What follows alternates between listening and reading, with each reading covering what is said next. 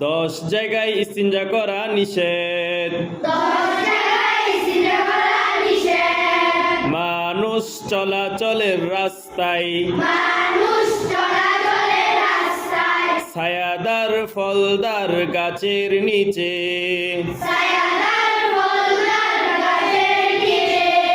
ওযু ও গোসলের স্থানে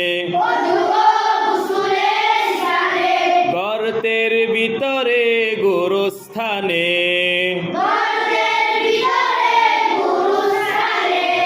দাঁড়ায়া বা হাঁটিয়া বিনা ওজরে পানিতে ঘরে বা বিছানায় মসজিদের আঙ্গিনা বা ঈদগাহে